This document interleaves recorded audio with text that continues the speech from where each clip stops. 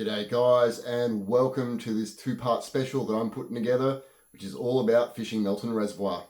Alright, so first of all I thought I'd discuss my bit of history fishing Melton Reservoir. So I've been fishing there for a number of years now. When I first started there, I was really chasing redfin on the kayak with things like soft plastics and soft vibe lures. And then when the days were a little bit quiet, I'd then go and chase things like our Aussie natives instead. Now, over the last couple of years, it looks like the numbers of big redfin inside of Melton Reservoir have declined a little bit, which is probably not a bad thing considering that they are technically a pest species. So instead of chasing them, I've sort of shifted my focus a little bit more to chasing the Aussie natives like cod and yellowbelly that are more prevalent in the reservoir now. So this two-part special I'm putting together is all about chasing after the natives in the reservoir. For those who are a little bit unsure of where to look for them or how to chase them, but I'll probably touch on a little bit about the redfin fishing in there as well.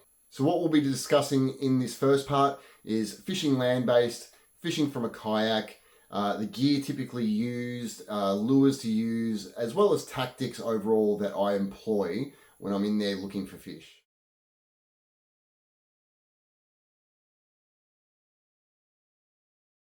Alright, so first of all, we're going to be talking about land-based tactics. Now, while I personally fish kayak there mostly, it is very much possible to fish land-based there and have a chance of catching some good native species. Now, the typical species that a lot of people catch when they're land-based there are carp and redfin, but people have been catching plenty of yellowbelly and cod in their land-based as well. Now, the thing about the reservoir to remember is it's like any other place where it's quite deep, obviously out in the middle, but on the edges it is quite shallow. So with certain types of lures, you are more likely to find a lot of the native species there right around the edges. So if you are land-based in there and you are trying to find a native species or say a redfin on lures, definitely the best thing you can do is to try to walk the banks a little bit, move around and see if you can find the fish in certain areas. Try and cover a little bit of distance.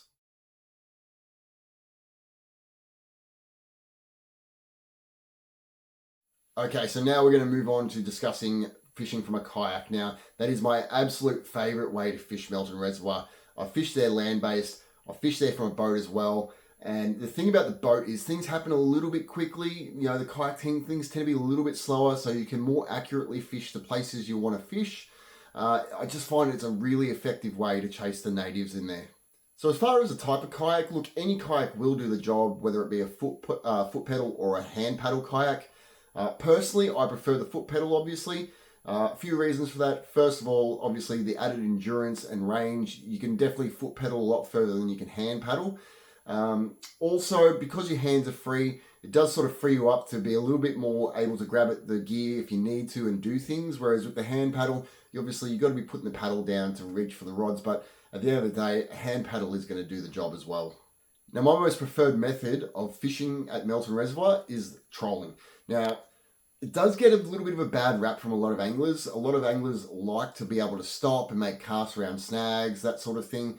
Look, I love trolling so much. I used to do it a lot in my youth, chasing marlin off Sydney. So anytime I get to troll, I actually quite enjoy it. It's something that personally I really, really love doing. Now, the main reason why I do troll Melton Reservoir is there isn't a lot of actual visible structure around the reservoir. So it can be a little bit hard to know exactly where to be casting lures. So in that scenario, my sort of game plan is to cover as much ground as possible in order to try and come across fish. So sometimes the fish can be quite spread out in there and they can be a little bit hard to find when casting. So if you're just casting for the day, you may only work a much smaller section than you would if you're trolling lures. Now, here's something that I thought I'd add in. Now, a lot of people like to hold the rod when they're trolling. Personally, I like to have a couple of rod holders on the kayak so that I can run 2 rods and also have my hands free in case I've got to sort of like fiddle around with something, you know, sometimes grab my phone and have a chat to a mate or something like that if the fish aren't on the bite. So it's a little bit of personal preference there. Personally, I prefer to have the rods in the holders we're trolling. It tends to hold the rod tips a little bit lower to the water as well, so that the lure can get down nice and deep and consistently stay down there around the actual structure that the fish are hiding within. Now, one piece of equipment that I think it's not exactly vital, but it definitely helps, is to have a sounder on your kayak. The reason for that is, depending on how deep your lures run, you want to make sure that they are getting pretty damn close to the bottom where all the structure is that the fish are hiding amongst. So you can sound down to the bottom with the lure. So obviously if the lure starts hitting bottom, you want to pull away from the bank a little bit to get it a little bit deeper. But if the water really drops off, you're not going to know that without having a sounder. Having said that, again, you don't need it. I know Steve from Excellent Fishing, he's caught some great cod before he even got a sounder for his kayak. So it's not 100% necessary, but again, for the consistency of knowing that your lure's in the right place, I definitely feel like having a sounder is a worthy thing to have on the kayak. Now, the other thing the sounder will also help with is if you're trying to find redfin in there, quite often the redfin will be schooled up in big schools. So instead of just casting around to try find the school, what you might be able to do is pedal around with the lures out the back. You might catch a redfin and sound them, or you might just sound the school themselves, and then you can stop and then cast over the top of them. So obviously, if you're trying to find redfin in there, the sounder can also be a great help as well.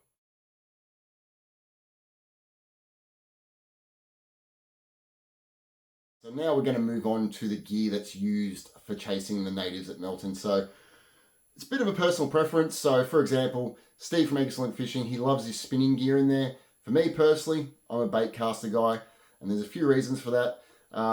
First of all, you can typically run heavier line on it than you do on your spinning gear that you typically use in there. And it's a little bit more lightweight than the spinning gear you'd use with the heavier line. The other reason is, let's say that I do want to stop and start casting at a snag. Let's say I found a spot where the fish are all holed up.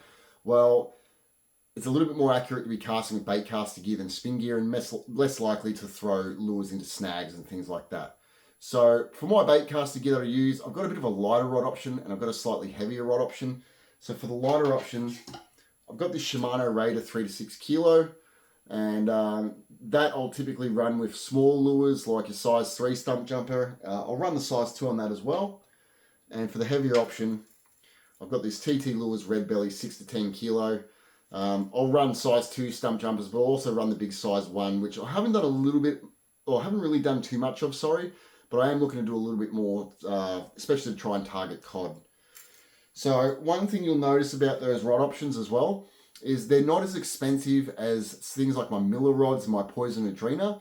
Now there's a couple of reasons for that.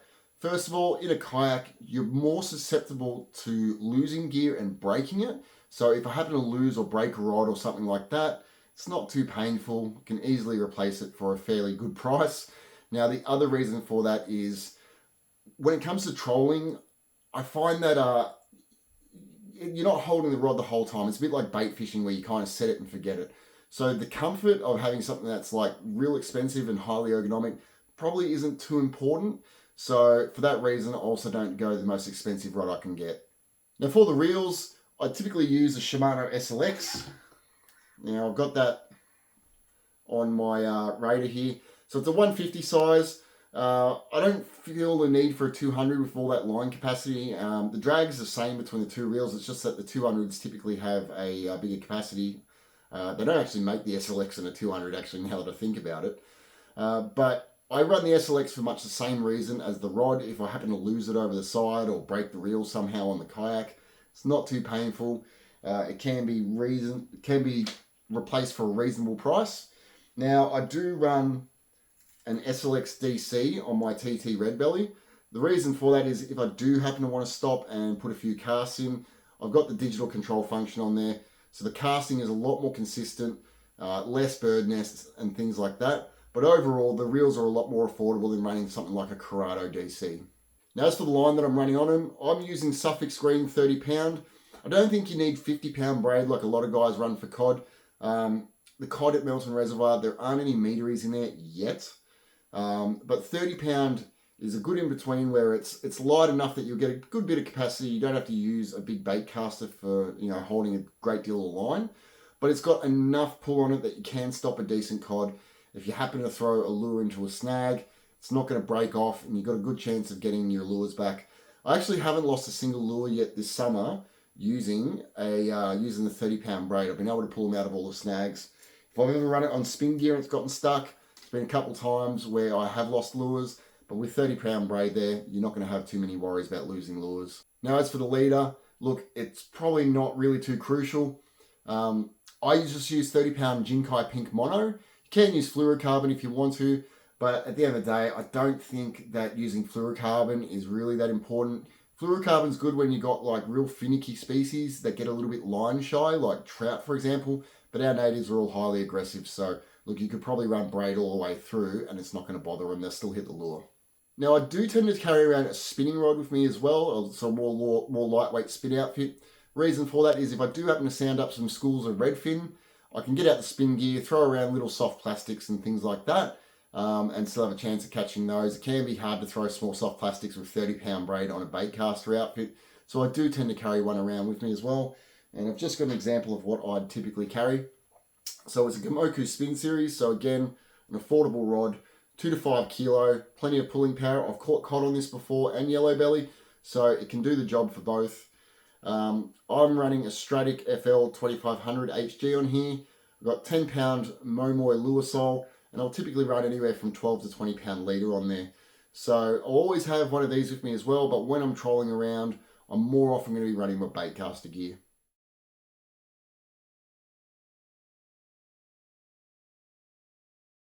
Alright guys, so we've finished up with the gear section of the video. We are now moving on to lures. Now, there is no hard and fast rule here on what you need to use.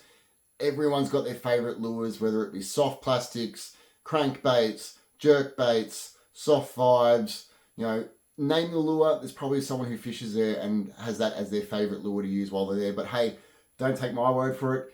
Here's a couple of people here who also post on YouTube and what their favourite lures are. Hi there, Steve from Excellent Fishing on YouTube. Some of my favourite lures to use at the Melton Reservoir are this size 3 Stumpjumper in gold chisel and this Savage Gear crank. Hey guys, Corey from Trekking Off Road. My favourite lure to use at Melton Reservoir are the Z-Man soft plastics. As you can see here, I have quite the collection. They are my favourite lure and I've caught plenty of fish with these plastics. Now, one of the most commonly used lures at Melton Reservoir is the good old Stumpjumper from JJ Gillies Lures. Look, it's been around for a long time. It's cheap, it works, it catches fish. There's a lot of people who enjoy using it. And one of the other advantages of using Stumpjumper lures is it's got the interchangeable bib on it as well. So you've got the deeper depth with the more rounded bib. And if you find you find the fish are actually hanging a little bit more shallow, you can change that bib over to the slightly more pointed one. It's not going to dive quite so deep, and you can really pinpoint those areas in the shallower water where the fish are hiding. Now, as far as what size Stumpjumper, personally, I tend to use the size 2 Stumpjumper a little bit more. I find it's actually quite a good size for both Yellowbelly and cod. It'll tempt the cod out of their hiding holes to come and grab it, whereas Yellowbelly, it's still small enough that they'll want to grab it. Now, you can use the smaller size 3. What I find is you're probably going to catch a few more redfin on it as well, and you may also tempt the carp.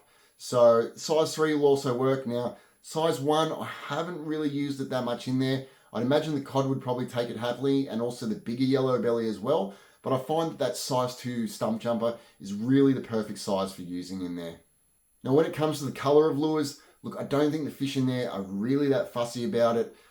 Everyone's got their favourite colour, and it's always different to someone else. Now, personally for me, in the size 2 Stumpjumper, I love the blue and pink aftershock. But really, like, anything will work in there. Black and gold is also one that I've had great success on as well. Green, yellow and red, that's a colour that a lot of guys have had success on in there as well. So really, any Stumpjumper, typically in any colour, will work at some time or another. Now, as far as other lures that I like to use in there, the Daiwa double clutch is one that I've quite enjoyed using and I've had good success on. Anywhere from 60, 75 through to 95 millimeters, they all work well. The smaller 60, I've caught plenty of redfin on. 75 as well, I've caught a few redfin and some Yellowbelly on in the past. The 95 millimeter, it's probably getting a little bit big for redfin, but they'll still hit it. I've caught them on the 95, but you're then more likely to get the hits out of the cod and the Yellowbelly. As far as colours go, look, black and gold is a great colour in there. Ghost Wakasagi or Laser Wakasagi, they're going to work as well. And if you're trying to target redfin specifically, the Laser Red's probably a good way to go.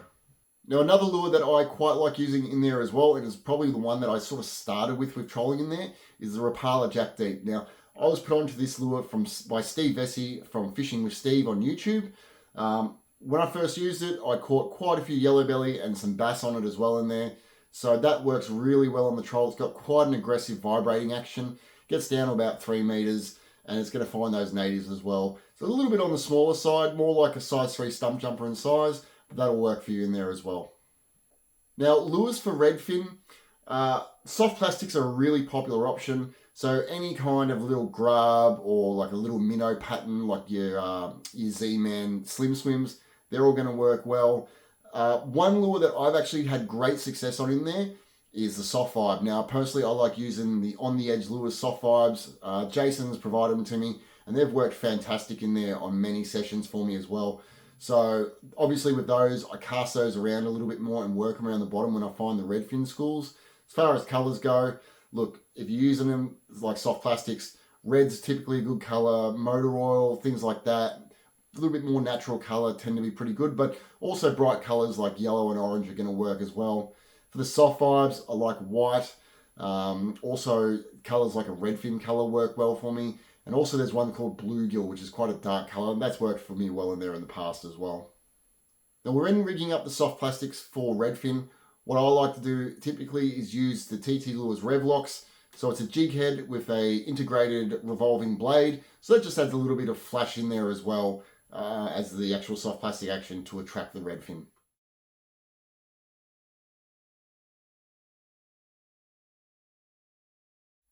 Alright guys, so we are now up to the last section of the video, and we're going to discuss a little bit more about tactics and approaches to fishing the reservoir. Now, first we're going to talk about where to fish in the reservoir. Well, if I'm being 100% honest, the entire reservoir is actually pretty good. And as I mentioned, the fish can be quite spread out, so that's why I troll and get on the move. So anywhere from all the way up at Hopeton Park, all the way up that northwestern end of the reservoir, all the way down past the rail bridge. The rail bridge is good as well with the island that's underneath it. There's plenty of fish that are usually around there. All the way down south towards the ski club. All those areas will hold fish at one time or another. It literally is just a matter of getting on the move throughout the res and trying to find them. The thing that you've got to remember is in the reservoir, the fish may be there one day and gone the next. So you might get a report from someone saying that they caught fish at a certain place, and then you go there and they're no longer there. So again, this is why I tend to troll the reservoir, just to try and find where the fish have holed up. Now, when actually trolling the reservoir, I've got a sort of a very specific tactic that I'll employ, and that is, let's say I'm trolling, I've got the bank on one side and the middle of the reservoir on the other side of my kayak. I'll run the shallower diving lure on the bank side, and then I'll run the deeper diving lure towards the middle of the res. Because as you'd imagine, let's say the bank's on this side, it's going to be shallower and then it's going to run down deeper. So by doing that, I've got the lures down as close to the bottom as possible without having them bump the bottom. If I swapped it around, what may end up happening is my deeper diving lure is going to bump the bottom and get snagged up, and then my shallower running lure isn't going to be anywhere near the bottom at all. So obviously you want to try and get the lures down in that strike zone. So I'll keep the shallower diving lure on the bank side and the deep diving lure on the middle of the res side. Now, what is quite important is knowing how deep that your lure will typically run. Usually you can find that on the packet for the lure itself, or if you haven't got the packet anymore, you can jump online, check out the lure maker's website, and they'll quite often have that information for you. So let's say I've got a lure that runs to say 3 meters. Typically I'd want to be in around 4 meters of water. So you want that lure going just over the top of the structure, not into it, because obviously you're going to get snagged up and things like that and foul up your lure. But you want it running just over the top of the structure where the fish are hiding, so they're going to see it go over the head, and it's going to tempt them from coming out of their hiding hole and attacking the lure. Now, as far as the speed of the kayak itself, I don't really pay attention to that too much. I'm guessing probably around 2 to 3 kilometers per hour. It's probably a good trolling speed, especially for stump jumpers. But what I'm paying attention to more than anything is the actual rod tips. And I'm looking for them to have a nice, consistent vibrating kind of vibrating consistently. What you don't want to see is the rod sort of pulling and then coming back, because it means that the lure's it's getting pulled down and then it's coming back up. and then it may blow out on the surface as well because you're just going a little bit too quickly for how fast that lure wants to run. So when it comes to speed, look, again, it's not something I'm really paying attention to. I've been asked that in the past, but I don't really pay attention. What I'm wanting to see is that the lure has got a really consistent vibrating action through the rod tip, so that I know it's swimming at its optimum action. Now I'm just going to touch on tactics a little bit here for redfin. Now again, they have been absent over the last couple of years, but when they were a little bit more common, this is typically what I used to do. I'd get on the troll anyway and keep an eye on the sounder and see if I could find the schools sort of hold up where they're schooling up, or I'd wait until I've had a couple of hits from redfin in a certain area. So if I've had a hit from a redfin, I might come back around, run the lures back through the same spot and see if I can get another hit. Now, if I can get multiple hits, it means that the redfin are in that area. So in that case, I'll pull up, I'll basically try to mark the area on the chart aspect of the sounder so I can stay on the spot, or at least have a visual cue from the land, from the bank on where the fish are. I'll pull out the soft plastics, or more often than not, I'd actually be using the soft vibes themselves, and I'd start casting them around to see if I can find the redfin. Now, I'll cast around for maybe 10-15 minutes. If I don't catch any more fish, I'll get on the move again, see if I can sound up the next school of redfin. Okay guys, so that is it for part one. Now, if I've missed anything or you've got any further questions, please drop a comment below. I'm more than happy to help you out with my answers. Now, stay tuned for part two, because we're going to load up the truck with all my gear, take the kayak down to Melton tomorrow morning. We're going to see if we can find any natives. So if you enjoyed this one, guys, flick us a like, subscribe to the channel if you haven't already, and I'll see you on part two.